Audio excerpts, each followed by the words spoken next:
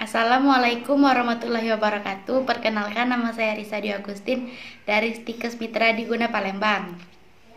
Prodi D3 Keperawatan semester 4. Di sini saya akan menjelaskan tentang penyakit ensefalitis. Ensefalitis adalah radang pada jaringan otak yang dapat disebabkan oleh cacing, bakteri, protozoa, jamur, dan virus. Ensefalitis juga sering disebut peradangan dari otak, dan banyak tipe-tipe ensefalitis. Tapi kebanyakan ensefalitis disebabkan oleh infeksi, dan infeksi tersebut banyak disebabkan oleh virus. Dan ensefalitis dapat juga disebabkan oleh penyakit-penyakit lainnya yang dapat menyebabkan peradangan pada otak. Terkadang ensefalitis juga dapat disebabkan oleh infeksi bakteri seperti meningitis, rabies, dan sifilis. Dan selanjutnya saya akan menjelaskan tentang etiologi atau penyebab terjadinya ensefalitis. Ada berbagai macam mikroorganisme yang dapat menimbulkan ensefalitis seperti cacing, bakteri, protozoa, dan virus. Adapun bakteri yang dapat menyebabkan ensefalitis adalah Staphylococcus aureus. Adapun penyebab lain dari ensefalitis seperti keracunan arsenik, toksin dari typhoid fever, campak, dan cacar air. Tapi kejadian yang paling sering terjadi adalah oleh virus. Selanjutnya saya akan menjelaskan tentang patofisiologi atau perjalanan penyakit dari ensefalitis. Secara umum, virus bereplikasi di luar saraf pusat dan masuk ke jaringan otak secara hematogen atau melalui perjalanan sepanjang jalur saraf. Begitu melewati sawar darah sampai ke otak, virus memasuki sel-sel saraf yang mengakibatkan gangguan fungsi sel, gangguan perivaskular, perdarahan, dan respon inflamasi di pus. Infeksi dapat terjadi karena virus langsung menyerang otak. Selanjutnya saya akan menjelaskan tentang manifestasi klinis dari ensefalitis. Adapun tanda dan gejala yang mungkin timbul pada masalah ensefalitis seperti 1. Sakit kepala, 2. Muntah-muntah, 3. Suhu tubuh meningkat, 4. Gelisah dan kadang disertai perubahan tingkah laku, 5. Gangguan pendengaran, penglihatan, bicara, dan kejang. Berikutnya komplikasi. Angka kematian terhadap ensefalitis ini masih tinggi, berkisar 35-50% daripada penderita yang hidup, 20-40%. Mempunyai komplikasi atau gejala berupa sisa paralitis dan gangguan penglihatan atau gejala neurologi yang lain. Penderita yang sembuh tanpa ada kelainan neurologi yang nyata dalam perkembangan selanjutnya masih mungkin menderita retardasi mental, gangguan tingkah laku, dan epilepsi. Selanjutnya penanganan. Radang pada otak membutuhkan penanganan di rumah sakit. Makin cepat dilakukan penanganan, makin tinggi tingkat keberhasilan proses pengobatan.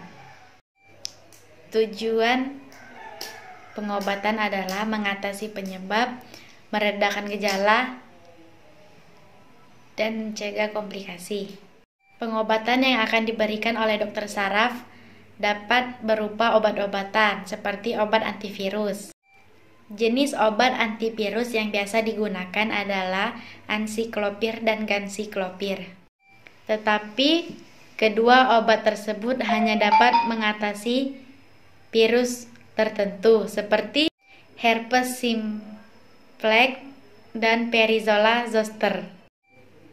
Jika infeksi disebabkan oleh bakteri atau jamur, biasanya dokter akan menganjurkan obat antibiotik atau anti jamur.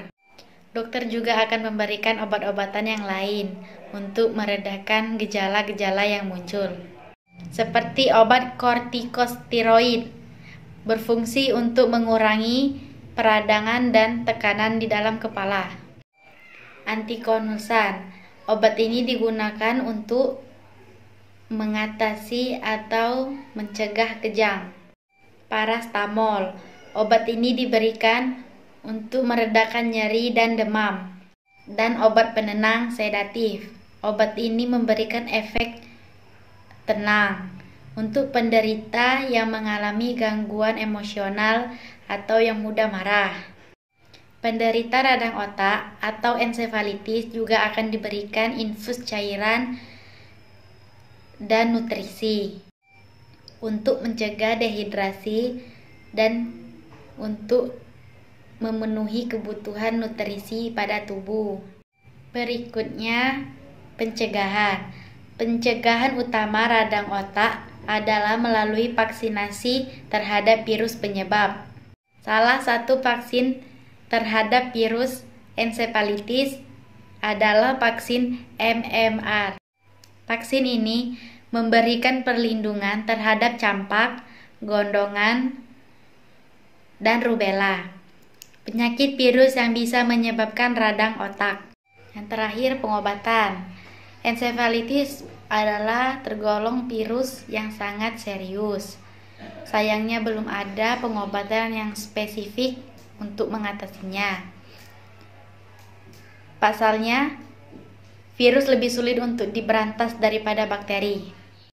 Pengobatan penyakit ini dilakukan dengan tujuan untuk mengurangi gejala pada penderita, seperti obat-obatan antivirus. Pemulihan total dari penyakit ensefalitis umumnya membutuhkan waktu beberapa minggu hingga beberapa bulan. Jika tidak ditangani dengan baik, ensefalitis virus dapat menyebabkan beberapa komplikasi.